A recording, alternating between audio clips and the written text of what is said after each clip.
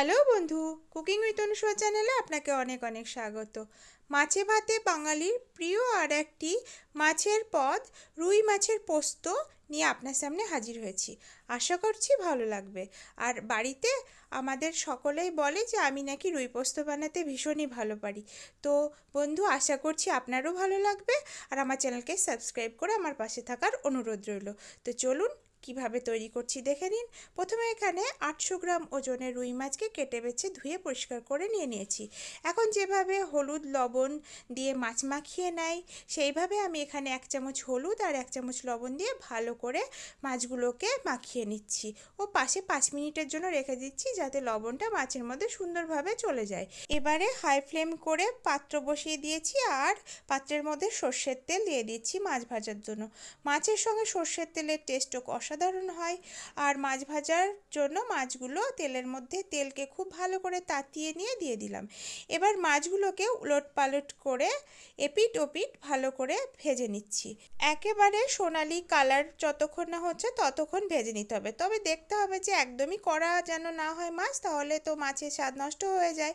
তো এখন সুন্দর সোনালি বর্ণ এসেছে যখন, তখন আমি তুলে নিচ্ছি। দেখতেই পাচ্ছেন কতটা সুন্দর কালার এসেছে মাছ ভাজার। তো এরকম করে ভেজে সব মাছগুলোকে তুলে নিচ্ছি একটা অন্য পাত্রে। এবার যে মাছ ভাজার তেল রয়েছে ওই তেলের মধ্যেই আমি এখন ফোড়ন দিয়ে দেব।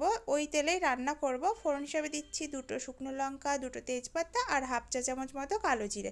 আর এখানে একটা টমেটো কুচি, হাফ পেঁয়াজ কুচি আর 4টে লঙ্কা চেরা, কাঁচা লঙ্কা চেরা দিয়ে দিচ্ছি।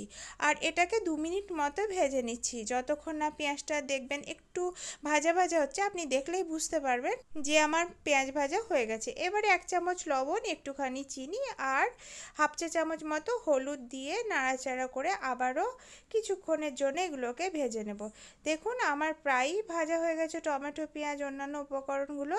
এবারে আমি এখানে 1 চামচ সর্ষে আর 50 গ্রাম মতো পোস্ত বেটে নিয়েছি। এখানে যেহেতু 800 গ্রাম ওয়েটের মাছ আমি ভেজেছি, তো এই জন্য আমি 50 গ্রাম পোস্ত নিয়েছি। এবার একটুখানি জল দিয়ে, যাতে পোস্ত পাত্রের তলে না লেগে যায় সেই জন্য জল দিয়ে দিয়েছি। এবার ভালো করে নাড়াচাড়া করে কিছুক্ষণ ভাজতে হবে। এখানে 20 সেকেন্ড মতো ভাজলেই হবে।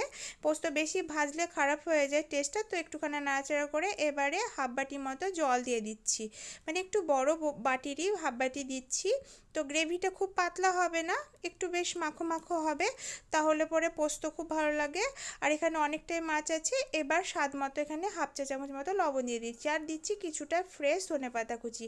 এবার বেশ ভালো করে ফুটে উঠেছে। এই অবস্থায় আমি মাছ ভাজাগুলোকে দিয়ে দিচ্ছি। মাছ ভাজা দেওয়ার পরে 2 মিনিট মতো আমি ফুটিয়ে নেব। এবার মাছগুলো গ্রেভির মধ্যে দিয়ে ফুটিয়ে নিলাম 2 মিনিট মতো। এবার ওভেন আঁচ মানে অফ করে দিলাম, দিয়ে এবার নামিয়ে নিলেই ব্যাস আমার বাঙালি স্টাইল রুই মাছের পোস্ত একদম পুরোপুরি তৈরি।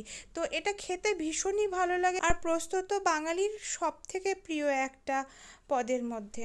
তো এইভাবে বানান। আর ভালো লাগলে লাইক, শেয়ার, কমেন্ট, সাবস্ক্রাইব করে আমার পাশে থাকুন। নেক্সট ভিডিওর সঙ্গে আবারও দেখা হচ্ছে। তো ততক্ষণে দেখতে থাকুন আর সঙ্গে থাকুন। ধন্যবাদ।